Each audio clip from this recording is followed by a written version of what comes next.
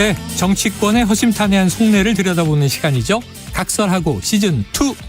자, 오늘도 인수위 청년소통 TF단장 장해찬 평론가, 그리고 오늘은 이제 현근택 변호사 개인 사정으로 스페셜한 분, 시사래퍼 최진봉 교수님, 이렇게 두 분을 모셨는데 이 어린이날 휴일에 다들 약간씩의 이제 사고가 있습니다. 지금 교통이 많이 밀려서 최진봉 교수님은 이제 막 거의 달려오고 계시고요. 잠시 후에 스튜디오에 도착할 것이고, 장해찬 평론가는 또 중간에 오시다가 사고가 나서 부득이 전화로 연결합니다. 자, 장 평론가님 나와 계세요?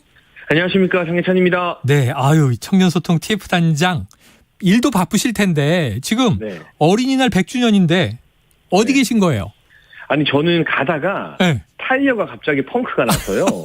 네. 근데 안 믿을 것 같아서 제작진에게 타이어가 펑크낸 인증샷까지도 다 보냈습니다. 저 봤어요. 네네. 네. 차는 좋은 차인데 타이어 펑크는 피하기가 어렵죠.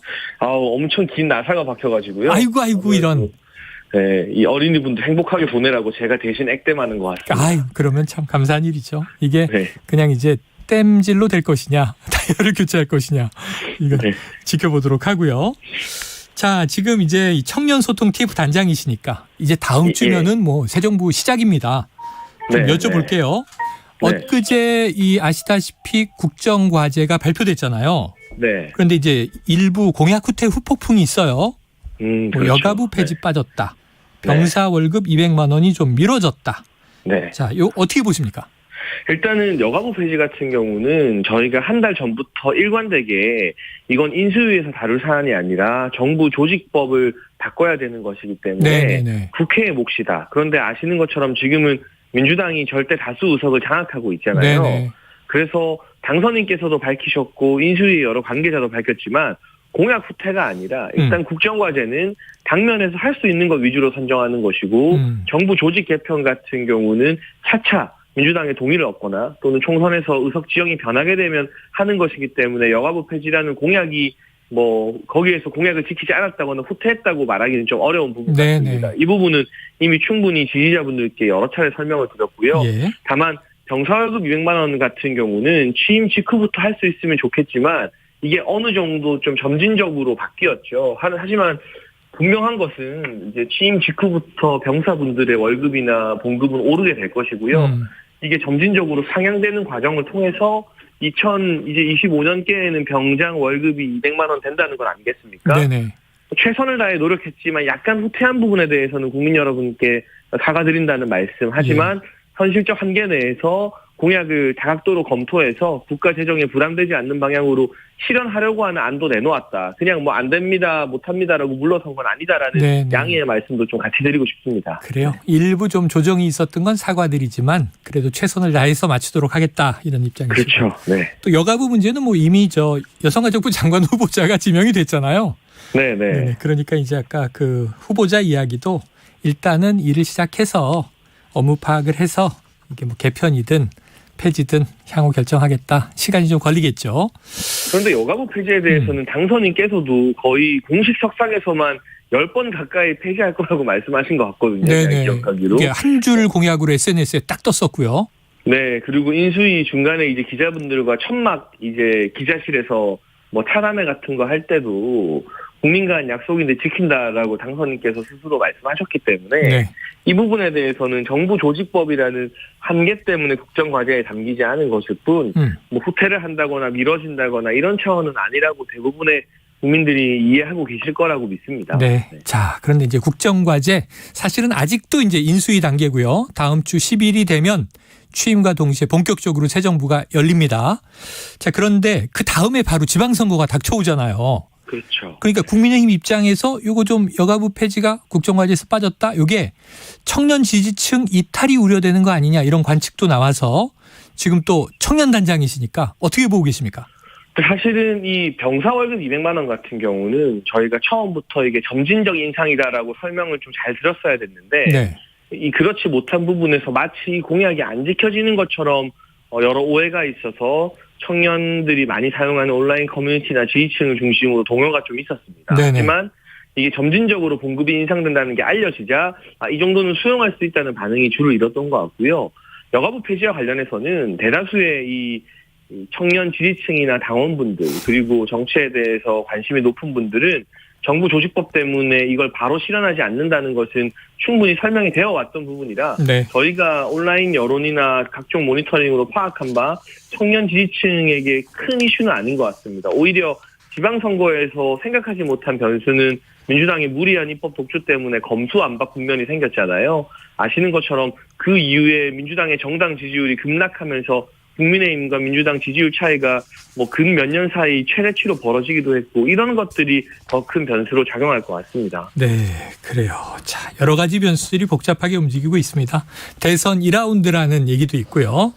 그래서 지켜봐야 될 상황입니다. 오늘 이제 장해찬 평론가 되려면 네. 한마디만 짧게 덧붙이면 네네네네. 이재명 상임고문이 좀 비겁하게 개항으로 도망가지 않고 분당에 출마하면 대선 2라운드라는 이쑤시개가 붙을 수 있는데 지금 돌아가는 걸 보니까 분당은 자신 없고 본인 지역구였음에도 불구하고 전혀 연고가 없는 그러나 당선 가능성이 높은 인천 계양으로 도망가려는 기색이 역력하거든요. 그렇게 되면 대선 2라운드라고 하기엔 김 빠지죠. 네. 자, 도망간다 이런 표현으로 일단 비판하셨습니다. 뭐 아직 확정된 건 아니고 개항을 출마 가능성이 높아지고 있다 이런 보도는 자꾸 나오고 있어서 여론의 눈치를 보는 거죠. 네, 네. 자 타이어에 펑크가 난 장해찬 단장님과 이야기를 나누는 와중에 네. 또 숨차게 지금 또 최지봉 교수가 막 이 스튜디오에 도착하셨어요. 아유 고생하셨습니다. 어서 오십시오. 예, 안녕하십니까. 자 오늘 이제 다음 주면 야당이 될 예. 진보 진영 입장에서 먼저 공세권을 들여서 이제 다음 이슈를 진행해야 되는데 안 오셔서 그랬군요. 그럼 우리 장 단장님의 공세를 먼저 들어야 되나 했는데 딱 맞춰 오셨어요. 첫 번째 키워드를 보겠습니다. 자, 최 교수님이 뽑으신 부모 찬스. 이게 한동훈 법무부 장관 후보자 이 딸 의혹 등등인 것 같아요. 예, 자, 맞습니다. 이유를 말씀해 주시죠. 일단 뭐 최근에 이제 한동훈 법무부 장관 후보자 청문회를 9일날 하게 되잖아요. 네. 9일날 하는데 사실은 그 전까지 이제 여러 가지 그 의혹들이 있었지만 대체적으로 이제 검찰의 수사권 폐지 문제가 논란이 되지 않을까 그렇게 예상을 했었는데 제가 볼 때는 청문회에서 그거보다는 이 개인적으로 나오는 여러 가지 의혹들에 대한 얘기들이 나올 가능성이 있고 물론 이제 사실관계는 확인이 필요해요. 이제 언론의 보도고 언론의 보도에 대해서 아마 민주당 의원들이 질의를 할 것 같고 한동훈 후보자가 어떻게 이제 해명을 하느냐 하는 부분이 있을 것 같은데 네. 일단 이제 최근에 그제 나온 보도들만 보면 한동훈 후보자의 자녀 이제 고등학생으로 알려지고 있고요. 국제고등학교에 다니고 있는데 외국 언론사와 2번의 인터뷰, 지방 언론사와 2번의 인터뷰를 했고 그 인터뷰 내용이 이제 논란이 되고 있습니다. 예를 들면 이제 서울시와 인천시로부터 수상을 했다. 근데 오늘 보니까 서울시에서 또 입장을 냈더라고요. 그러니까 어저께 보도된 내용만 보면 서울시의 수상 경력이 없다. 그러니까 그 자료가 없다 이런 얘기를 했었고 인천시도 그런 얘기를 했었는데 오늘 뭐 보도를 보니까 부서에서 상장을 수여하고 나중에 시스템에 입력하는 거다. 그래서 시스템에 없었다. 그렇게 해명을 했더라고요. 누락됐다. 예, 그렇게 얘기를 했는데 그건 이제 상장을 보면 될 것 같아요. 네. 어디서 발행이 됐고 왜 그런 절차로 되는지 일반적으로 이제 다 그 수상하는 여러 가지 공적들을 보고 수상 내용을 정한 다음에 시에서 하는 게 일반적인데 네. 지금 부서에서 한다고 하니까 그 부서가 어떻게 하는지 이런 부분들이 좀 검증이 되고. 수기로라도 기록이 돼 있겠고 그렇죠. 청문회 때 네. 아마 또 이 상장을 제시하라고 하겠죠. 그렇겠죠. 그래서 그런 부분이 이제 논란이 될 것 같고 또 하나는 이제 논문, 그러니까 언론의 보도입니다. 이거는 언론에 보낸 2달 동안 5개의 논문과 10개의 전자책을 발행을 했다 이렇게 얘기를 했는데 논문을 만약에 진짜 논문을 5개 썼다면 그건 불가능하고요. 제가 이제 교수 입장에서 말씀드린 논문을 그렇게 빠른 시간에 쓸 수 있는 건 아니고 네. 근데 최근에 또 딴 분들이 언론에 이건 보도된 건 아니고 네네. 제가 이제 다른 보수 진영의 분들이 그런 얘기 논문이 아니라 다른 거다 뭐 이렇게 얘기하시는 분들이 에세이다 이렇게 네, 그렇게 얘기하시더라고요. 얘기했습니다. 네, 그래서 이제 그 에세이냐 논문이냐 하는 부분 그 에세이가 그러면 저널이라고 하는 걸 실리게 된 배경이 뭐냐 이런 부분도 좀 논란이 있을 것 같고 또 분야가 상당히 다양해요. 네. 각 에세이마다 분야가 각각 다른데 짧은 시간 안에 그런 에세이 또 어느 정도 종류는 제가 보지를 못해가지고 평가를 못하겠는데 어쨌든 이런 부분도 논란이 될 것 같고 그래서 사실 한동훈 후보에 대해서 물론 여러 가지 논란이 또 있긴 했습니다. 예를 들면 아파트 편법 증여 부모 어머님으로부터 그런 문제도 있었고 피부 양전 어머니를 집어넣은 이제 임대 사업을 하시는데 그런 문제도 있었고 또 아내 되시는 분, 부인 되시는 분이 유장 전입을 했다 이런 네, 논란도 네. 있었고 그런 논란과 함께 이제 이 문제도 거론이 될 것 같아요. 그래서 네. 아마 청문회가 예전에 지금 그 전까지 예측했던 것처럼 단순히 그냥 검찰의 수사권 폐지 문제뿐만 아니라 네, 네. 개인적인 의혹 부분이 좀 더 부각돼서 되지 않을까. 이제 이게 공교롭게도 조국 전 장관의 자녀들과 연관된 부분과 비슷하고 유사한 부분이 좀 있어서 이런 네. 부분들에 대한 검증이 좀 집중적으로 이루어지지 않을까 알겠습니다. 생각합니다. 자, 이 다발로 여러 가지를 다 얘기해 주셨는데 이게 최근에 갑자기 쏟아지고 있어요. 장 단장님 반론해 주시죠.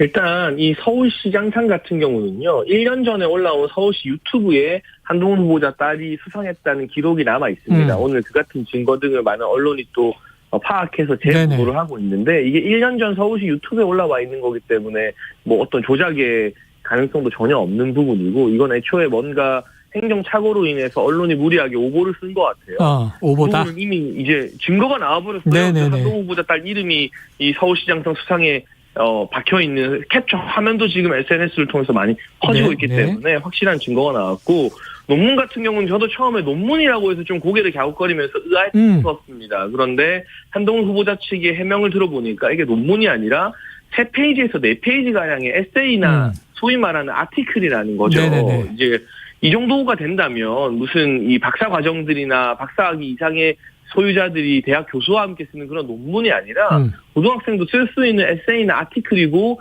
이게 등록된 게 학술지라던가 뭔가 정식으로 논문 등록되는 곳에 하는 게 아니라 등재지. 이 일반적으로 그냥 이 고등학생들이나 아주 가벼운 수준의 이 에세이 아티클을 등록하는 곳에 등록한 거예요. 예를 들면 3페이지짜리 4페이지짜리 에세이를 무슨 학술지에 등록했다거나 아니면 대학에 실었다거나 이렇게 되면은 이거 부모의 입김이 작용한 거 아니냐라고 지적할 수 있겠지만 처음부터 논문도 아닌 것을 논문 등록하는 곳이 아닌 굉장히 좀 낮은 의미의 열려있는 플랫폼에 등록한 것이기 때문에 이걸 가지고 뭔가 문제가 있다. 또 조국 전 장관 케이스와 비교하는 건 말이 안 되죠. 저는 가급적이면 이제 조 전 장관 이야기를 안 꺼내고 싶은데 조 전 장관과 비교가 되려면 한동훈 후보자 딸이 그 봉사활동으로 노트북 50대를 마련해 주지도 않았는데 마련했다고 위조한다거나 아예 이 박사학위자들이 포함되는 논문에 뭐 1저자나 3저자로 참여했다거나 하는 정도가 돼야 조 전 장관과 비교가 되는 것인데 민주당에서는 조국 전 장관을 지키겠다면서 뭔가 안 좋은 것만 터지면 다 조국 전 장관이랑 무리하게 비교하다 보니까 사실상 그 시쳇말로 과거 개그맨들의 유행어로 이 한동훈 잡으려다 조국 전 장관만 2번 죽이는 게 아닌가 싶기도 합니다. 그래요. 또 조국 전 장관 당사자는 사실이라면 천재다. 뭐 이런 또 SNS 글을 남기기도 했는데 자, 요거 여쭤볼게요. 그 한 후보자가 지금 보통 후보자가 의혹이 막 쏟아지게 마련인데 그럼 이제 기자회견이나 간담회를 연단 말이에요. 정호영 후보자도 그랬고 그때 법무부 장관 후보자인데 한겨레 기자들을 바로 고소해서 이 문제가 커지고 있는데 이건 어떻게 보십니까, 치 교수님? 저는 이렇게 물론 본인이 억울해서 법적으로 잘 법률적인 지식이 많으시니까 그렇게 하는 거 할 수 있다고 봐요. 근데 그렇게 되면 문제가 되는 게 뭔지 아세요? 이게 이제 위협 효과가 있거든요. 칠리 이펙트라고 그래서 일반적으로 언론사들이 그러면 한동훈 검사장에 대해서 또는 후보에 대해서 검증을 제대로 할 수 있을까? 그러니까 언론사가 수사기관도 아닌데 예를 들면 위축시키는 거 아니냐? 그렇죠. 그러니까 모든 걸 다 알고서 의혹 제기할 수 있는 게 아니에요. 그러니까 언론사 입장에서는 의혹이 되고 확실히 믿을 만한, 그러니까 본인들이 분석하고 판단할 때 믿을 만한 어떤 근거가 있다고 생각하면 보도를 하는 거거든요. 그리고 나 수사기관이 수사를 하거나 뭐 만약에 필요하다고 하면 하는 거죠. 근데 이걸 바로 법적 조치를 하는 것은 공직 후보자로서는 저는 좀 바람직한 태도는 아니라고 봐요. 그러니까 문제가 있으면 문제에 대해서 해명하고 예를 들면 그거 좀 잘못된 보도다라고 얘기할 수 있다고 보고 팩트 체크 차원에서 본인이 얘기할 수는 있죠. 근데 법적 조치를 바로 들어가는 것은 공직 후보자가 이렇게 돼버리면 사실은 언론들이 공직 후보자나 아니면 어떤 고위 공직자들에서 검증하는데 상당히 위축되고 위협될 수 있는 위협이 있다. 이런 점에서는 저는 바람직하지 않다고 봅니다. 장 단장님은 어떻게 보십니까? 그런데 사실 이 문재인 정부가 정권을 장악하고 있던 시절에 언론의 가짜뉴스를 지적하면서 언론중재법까지 밀어붙이고 막 거액의 소송을 하고 했던 게 바로 민주당이기 때문에 언론 피해자. 지금 와서 언론에게 소송하지 말라는 건 저는 조금 궁색한 변명이라고 생각을 하고요. 그리고 이 해당 언론사 같은 경우는 유독 이제 윤석열 대통령 당선인이나 한동훈 장관을 상대로 한 매우 악의적인 오보를 많이 냈습니다. 과거 윤석열 당선인에게 무슨 별장 성적표 관련 진술이 나왔다고 오보 냈다가 정정 보도하기도 했잖아요. 그때 결국 윤석열 당선인이 고소 취하는 했습니다만 그런 이 한국 역사의 길이 남을 대형 오보를 낸 언론사에서 또다시 이제 한동훈 법무부 장관 후보자를 대상으로 봉사활동 관련해서 뭐 노트북 50대 운운하더니 막상 그 기부금 영수증 명의가 한동훈 후보자 딸이 아니라 해당 기업으로 찍혀 있다는 사실이 드러나자 네. 교묘하게 또 기사 소제목을 변경했어요. 네. 조국 전 장관도 해당 언론사에 만평을 공유했다가 해명이 나오자 그 만평을 또 지우기도 하는 해프닝이 있었죠. 네네. 거기에 더해서 연이어 논문도 아닌 것을 논문이라고 말하고 있으니 이 정도면 뭔가 의도가 있는 것이 아니냐라고 당사자 입장에서는 생각할 수밖에 없거든요. 네. 우리가 민주당도 그렇고 장관 후보자 찾기가 참 힘들다고 말을 합니다. 왜냐하면 의혹 검증이나 이런 것들이 좀 지나치게 사생활 위주로 가기 때문에 능력 있는 분들이 손살을 친다는 건데 저는 언론에 대해서도 언론이 역할해야 되고 의혹 제기를 충분히 해야 되지만 일단은 그 해당 당사자의 해명을 듣고 해명을 반영하는 공정성을 위한 노력을 기하지 않았을 때는 언론이라고 해서 무조건 성역이 될 수는 없다고 생각합니다. 알겠습니다. 자, 악의적이다. 법적 조치도 권리다. 이렇게 이해를 하겠고요. 자, 오늘은 좀 늦게 시작해서 시간이 촉박합니다. 다음 장해찬 단장이 꼽으신 주제로 넘어갈게요. 검수완박과 지방선거. 자, 이른바 검수완박. 이제 민주당은 완박 아니라고 얘기하고 있습니다만. 자, 이게 추진됐고 지금 다 국무회의 공포까지 끝났습니다. 그리고 나서 더불어민주당의 지지율이 떨어졌다. 장 단장님 이렇게 분석하셨는데 어떤 내용입니까?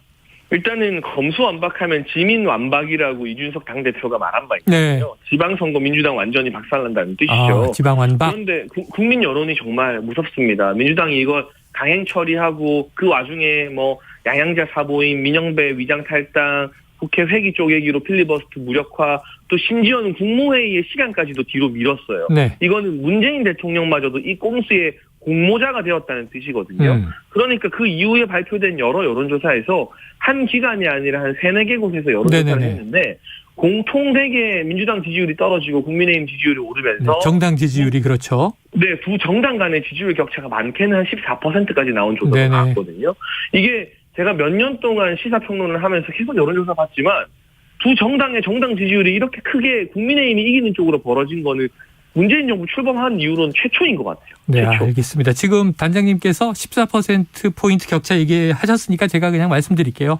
리서치뷰 조사 국힘 50%, 민주 36%, KSY 국민의힘 44.3, 민주 32.6, 리얼미터 이 국민의힘 47.5, 민주당 40.4 격차들이 벌어졌어요.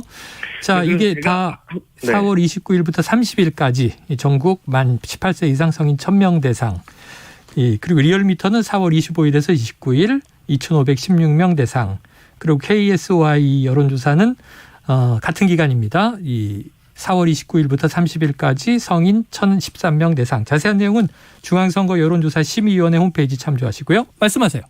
예, 제가 짧게 덧붙이고 싶은 건 이게 예견된 결과였다는 거죠. 그래서 저는 이게 지방선거에서 국민의힘이 유리해졌습니다, 기분 좋습니다가 아니라 뻔히 예견되는 지방선거 필패를 감안하고서라도 네네. 민주당이 무리하게 검수완박을 밀어붙일 수밖에 없는 어떤 사법적 리스크가 있는 것 아닌가. 그 의혹이 더 눈덩이처럼 불어날 수밖에 없다고 보여집니다. 네. 자, 최 교수님 어떤 반론 주시겠습니까? 그러니까 저는 이렇게 생각해요. 우리 이제 장해찬 단장 말씀하신 것처럼 일정 부분 그게 여론에 반영돼 있다고 봐요. 네네. 그러니까 부정적으로. 부정적으로 반영돼 있는 부분이 있죠. 그러니까 너무 이제 단기간에 짧은 시간 안에 이걸 추진하다 보니까 거기에 대해서 국민들이 좀 불안해하는 부분이 있어요. 근데 이런 부분에서 불안함이 반영돼 있다고 보여지고 다만 이제 이런 건 있어요. 그러니까 처음에 그 사보임 문제 때문에 논란이 됐었고 민주당이 그때는 더 불리한 상황이었거든요. 그런데 그 권성동 원내대표가 합의해주고 의총에서 추인까지 받아가지고 합의문까지 다 쓰고 나서 갑자기 이틀 만에 뒤집은 거 이것 때문에 사실 어느 정도 명분을 준 게 있어요 또. 그래서 그런 부분에 있어서는 어느 정도 상쇄되는 부분이 있다. 그러나 이제 그 일반 대중들은 내용을 자세히 모르는 상황에서 어쨌든 빠르게 진행되는 것에 대한 불만사항이 저는 있다고 보고 그런 부분이 반영돼 있다고 봅니다. 다만 그럼 이게 지방선거에 계속 지속적으로 이런 영향을 갈 거냐 하는 문제는 저는 아니라고 생각해요. 그러니까 지방선거가 마치 지금은 이제 그 대선의 연장선처럼 느껴지는 부분이 있고 특히 이제 윤석열 당선인이나 국민의힘 입장에 유리한 상황이죠. 왜냐하면 대통령으로 취임하고 20일 만에 치러지는 선거잖아요. 그 프리미엄이 분명히 있습니다. 컨벤션 효과도 있고. 다만 이제 윤석열 당선인이 당선되시고 나서 그 집무실 이전 문제나 그 관저 이전 문제 때문에 좀 논란이 있고 지금도 그게 완전히 해결된 문제는 아니에요. 그러니까 지금 관저가 취임하시고 나서 이제 리모델링을 들어가야 되기 때문에 한 달 이상은 최소 제가 볼 때는 이제 강남에 출퇴근하셔야 돼요. 이것이 불러올 파장의 문제도 있을 것이고 또 하나는 이제 관저 문제뿐만 아니라 또 이제 여러 가지 이제 집무실 이전 때문에 청와대가 아니죠. 그러니까 집무실은 어느 정도 완성이 되고 이제 비서들이 근무할 장소는 아직까지 완성이 안 됐어요. 그러다 보면 이원화되잖아요, 장소가. 그랬을 때 업무가 원활하게 잘 처리될 수 있을까 하는 부분에 대한 문제도 있고 이런 부분들이 이제 어떻게 부각되느냐 문제라고 저는 봅니다. 그래서 이런 부분들이 만약에 이슈로 나오고 부각이 되면 이 어느 정도 이제 그 지방선거에서 영향을 미칠 가능성이 있다. 그리고 지방선거에는 어쨌든 그 결집이 될 가능성이 있으니까 중도층이 제일 중요한데 일단 지지층이 결집이 되고 이제 보수 진영 같은 경우는 한 번 대선에 승리를 했기 때문에 조금 이완되는 부분이 있거든요. 그리고 이제 진보 진영 같은 경우에는 이제 패배에 대한 어떤 응어리가 남아있는 응집력이 있어서 그 부분이 얼마나 결집되느냐에 따라서 지금의 지지율 그대로 선거 결과가 나올 가능성은 좀 적지 않을까 이렇게 생각합니다. 두 분의 예측을 이렇게 보고 지금 시간이 거의 다 됐지만 짧게 이 이슈 하나 1분씩 답변 들어볼게요. 자, 지방선거 앞두고 이 대선 전에 이재명 후보 쪽은 대장동 의혹이 컸고 지금 이제 윤석열 후보 쪽, 당시 후보 쪽으로는 이른바 고발사주 의혹이 있었어요. 그런데 이제 공수처가 최근에 고발사주 의혹 관련 결론을 냈습니다. 보니까 이 손준성 검사는 선거법 위반, 개인정보법 위반, 공무상 비밀누설 혐의로 불구속 기소. 핵심이었던 직권남용 혐의 빠졌고요. 김웅 당시 이제 미래통합당의 국회의원 입후보자 일반인이기 때문에 공수처 대상이 아니다. 검찰의 이첩 그리고 윤석열 당선인 한동훈 현 후보자 무혐의. 자, 최 교수님 어떻게 보셨습니까? 그러니까 이게 지금 뭐 좀 아쉬운 부분이 있어요. 그러니까 수사를 하기에 좀 한계가 있었던 것 같고요. 그래서 이렇게 결론이 나왔는데 어쨌든 뭐 결론이 나온 상황이고 다만 이제 뭐 의미 있다고 보는 것은 이 그 공채 발표를 보면 물론 이제 법원에 가서 이제 재판을 받겠지만요.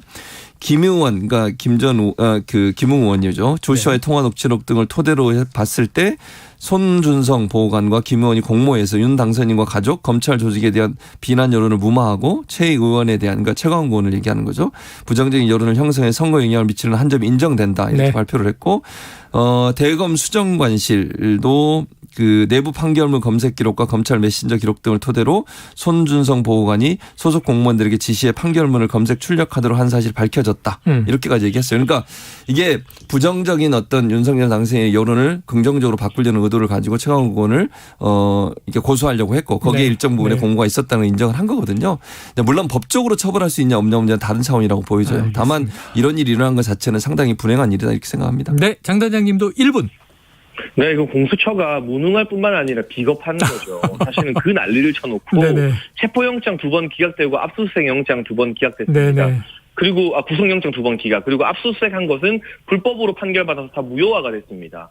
아니 그 난리법석을 떨어서 이렇게 무능한 공수처 만들려고 패스트트랙하고 입법 기간을 짓밟은 것인지 민주당 부끄럽지 않냐고 좀 물어보고 싶고요. 김웅 의원에 대해서도 자신 있으면 공수처가 기소하면 됩니다. 공수처가 구속영장 청구, 체포영장 청구, 압수수색 영장 청구까지 다 해놓고 기소만 우리 관할 사항 아니라고 검찰에 이첩하는 건 기소할 만한 건덕지는 못 찾았지만 불기소로 욕먹기는 싫으니까 검찰한테 책임을 전가하는 거죠. 굉장히 비겁한 행위이고 애초에 이 고발사주 사건 자체가 대선 국면에서 윤석열 당선인을 좀 흠집내기 위해서 기획적으로 터트려진 기획폭로라고 저는 보고 있는데 그랬는데 정작 윤석열 당선인이나 한동훈 법무부 장관 후보자에 대해서는 어떤 혐의점도 발견하지 못하고 무혐의 처리를 했잖아요. 이런 기획 이제 폭로에 올라타서 정치적 비난을 했던 민주당 국회의원이나 정치인 중에 단 한 사람이라도 무혐의가 나온 윤석열 당선인이나 한동훈 법무부 장관 후보자에게 사과를 할까요? 저는 알겠습니다. 정치를 떠나서 양심이 있으면 사과해야 된다고 봅니다. 공수처가 무능하고 비겁했다. 아유, 공수처 차장이 그런 얘기를 했었죠. 검찰에 비해서 우리가 많이 수사 역량이 부족하다. 그래서 무리가 있기도 했었는데 이런 결론 앞으로 또 지켜봐야겠습니다. 자, 오늘 어린이날 특집 각설하고 시즌2 처음으로 2원 생중계로 보내드렸습니다. 최진봉 교수, 장희찬 단장 수고하셨습니다. 예, 감사합니다. 감사합니다. Splish splash, I was taking a bath.